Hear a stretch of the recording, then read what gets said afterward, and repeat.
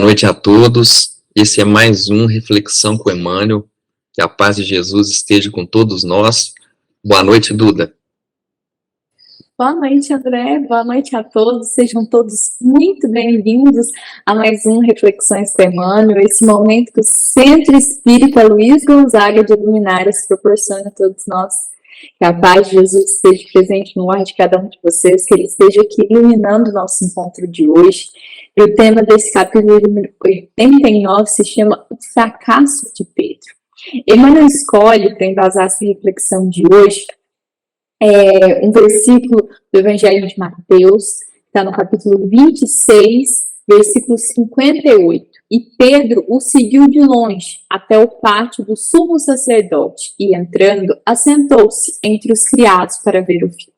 Então, o contexto é o segmento das outras reflexões anteriores, né, a continuidade do Evangelho que Emmanuel está trazendo para nós em sequência. Então, Pedro, né, está seguindo Jesus de longe, aqui logo após a sua prisão, né, momentos que vão anteceder aí e vai dar seguimento nas suas negações, né, que Jesus disse para Pedro.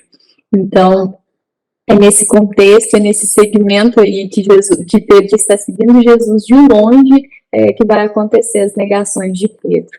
André, o que o Emmanuel vai trazer para nós a respeito dessas negações e todo esse acompanhamento de Pedro ao Mestre? Emmanuel diz que o fracasso tem sempre seu lado positivo, que pode nos ensinar com essa ocasião. E que a negação de Pedro é um episódio muito falado no meio cristão, como sendo um absurdo.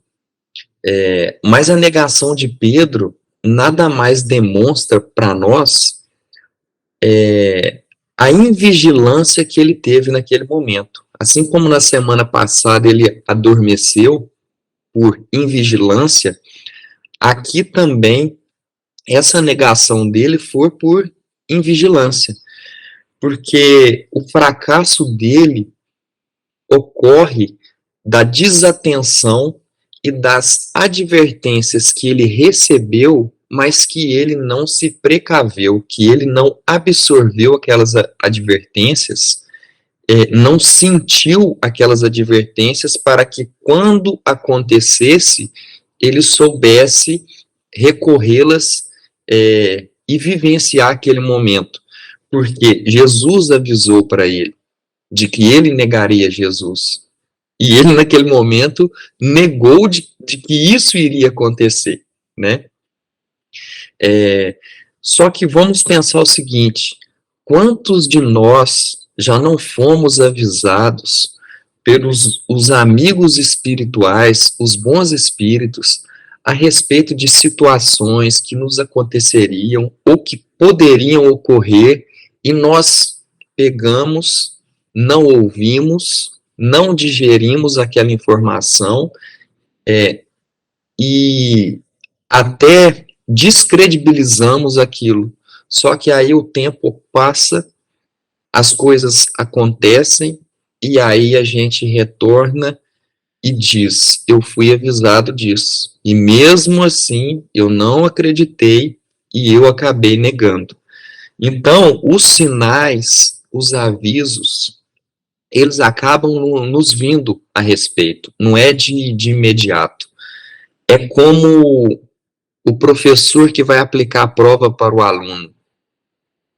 Não tem prova surpresa, não tem prova sem matéria dada. A matéria primeiro é dada e depois é avaliado, depois vem a prova para que se coloque ali o aprendizado que teve daquela matéria. Então, as nossas provas também, elas são a matéria das provas que iremos passar, elas nos são apresentadas. Nós é que temos que estudá-las, entendê-las, para que quando elas ocorrerem, a gente souber, a gente saiba cumpri-la, completá-la com êxito. E na história de hoje, eu separei justamente a negação de Pedro, que está no livro Boa Nova, e que narra um pouco dos bastidores dessa conversa. Porque Pedro estava percebendo ali que Jesus estava se despedindo, né? E ele, muito intempestivo, muito temperamental, ele falou assim, mas, mestre, você vai para onde? Aí Jesus acaba falando para ele que o lugar que ele iria, que Pedro no momento não estava preparado para poder acompanhá-lo, que seria um testemunho de sacrifício e de extrema abnegação, e somente mais tarde, na posse dessa fortaleza indispensável da abnegação, é que ele iria compreender. Só que ele não estava concordando com aquilo, porque ele falou, não, aonde você tira o pé eu ponho, onde você vai eu vou, onde você estiver eu estarei, e ele não concordava. Então, o que ele falou assim, não, então eu vou provar para todos os meus companheiros que estão aqui presentes, vou provar para Jesus que ele pode confiar em mim, que o meu propósito é forte. E ele diz assim, não posso seguir-vos, acaso, mestre, pode duvidar da minha coragem? Então eu não sou um homem, por vós darei a minha própria vida. Ele afirma, eu te dou a minha própria vida. E aí o Cristo, muito ponderado, de maneira muito tranquila, diz assim, Pedro, a tua inquietação se faz credora de novos ensinamentos. A experiência te ensinará melhores conclusões, porque em verdade te afirmo que esta noite o galo não cantará sem que me tenhas negado por 3 vezes. E aí Pedro diz assim, mas você está me julgando que eu sou um espírito mau e endurecido a esse ponto de te negar? Aí Jesus diz, Pedro, não é isso, Pedro. Não te suponha ingrato ou indiferente a meus ensinos, mas vai aprender ainda hoje que o homem do mundo é mais frágil do que perverso. Então Jesus não estava dizendo que Pedro era um homem mau. Pedro estava dizendo que ele era frágil, que diante da situação que ele ia ser exposto, ele ia fraquejar, ele ia fracassar. Não por maldade, mas por fragilidade, por inocência, por imaturidade espiritual.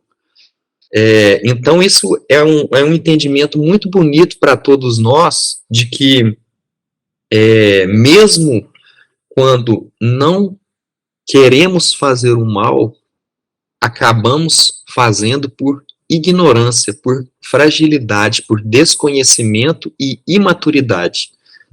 Duda, qual que é o trecho que você selecionou para nós hoje?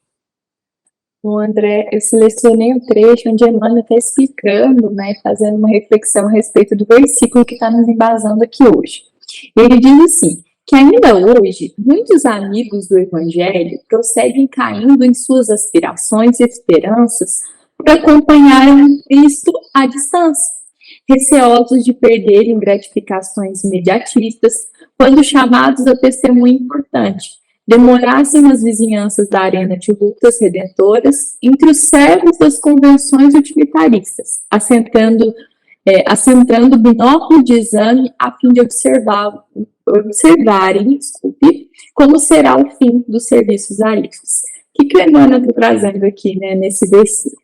Ou seja, Emmanuel está dizendo que muitos de nós estamos seguindo Cristo de longe, assim como Pedro ia seguindo Jesus afastado.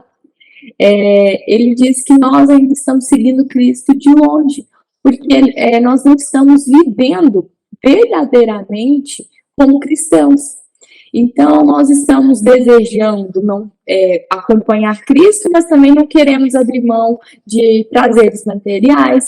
Então, a gente está perdendo de servir, não podemos estar em 2 momentos, viver 2 propósitos tão diferentes e tão distantes. Então, no medo de perder as coisas materiais, de afastar dos prazeres, nós estamos acompanhando Cristo de longe. E aí ele diz que então, nesse contexto, estamos perdendo a oportunidade, né, de servir verdadeiramente o Pai. E permanecemos, então, sentados, nós, então, estamos afastados, e ele traz essa referência aqui, que é necessário, né, o uso de um binóculo, de tanto que estamos nos afastando de Cristo. Então, e esse binóculo vem ali para que nós possamos, então, acompanhar não só a Cristo, mas também ir acompanhando de longe o serviço alheio daqueles irmãos que estão servindo verdadeiramente a Jesus. Então, Emmanuel traz esse comparativo para que a gente pense, né, como estamos servindo a Jesus. Verdadeiramente servindo, estamos acompanhando Jesus, estamos a ponto de tão distante que precisamos de um binóculo. Então, aqui ele nos chama a estar cada vez mais próximo do Cristo, porque só podemos viver como cristãos se nós estivermos próximo, ao lado, para servir o Mestre de uma maneira verdadeira, de uma maneira completa. Não só como um trabalho, mas como o André já trouxe, né, que precisamos servir, tem que estar em serviço de Cristo. Então, para que hoje nós possamos, então, pensar, refletir a nossa vida enquanto cristãos. Quão próximo estamos de Jesus? Podemos enxergá-lo de pertinho? Ou estamos precisando de um binóculo aí para poder acompanhar o serviço de Jesus e dos nossos irmãos?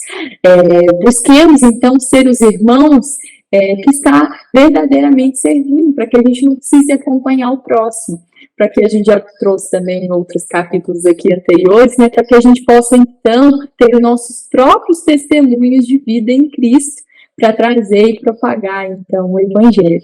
Eu espero vocês na semana que vem, então, juntos, para continuarmos, né, nessa corrente de bem que estamos construindo aqui. No próximo capítulo, que se chama Ensejo ao Bem, Jesus, porém, lhe disse: amigo, para que viestes? Então, aproximando-se, lançaram mão de Jesus e o prenderam. Esse versículo está em Mateus, capítulo 26, versículo 50. Então, espero vocês na semana que vem, que a semana de cada um de vocês seja abençoada, de muito serviço, verdadeiramente cristão. Essa foi uma mensagem do Centro Espírita Luiz Gonzaga de Luminares. Uma boa semana a todos, um bom sábado, e que assim seja.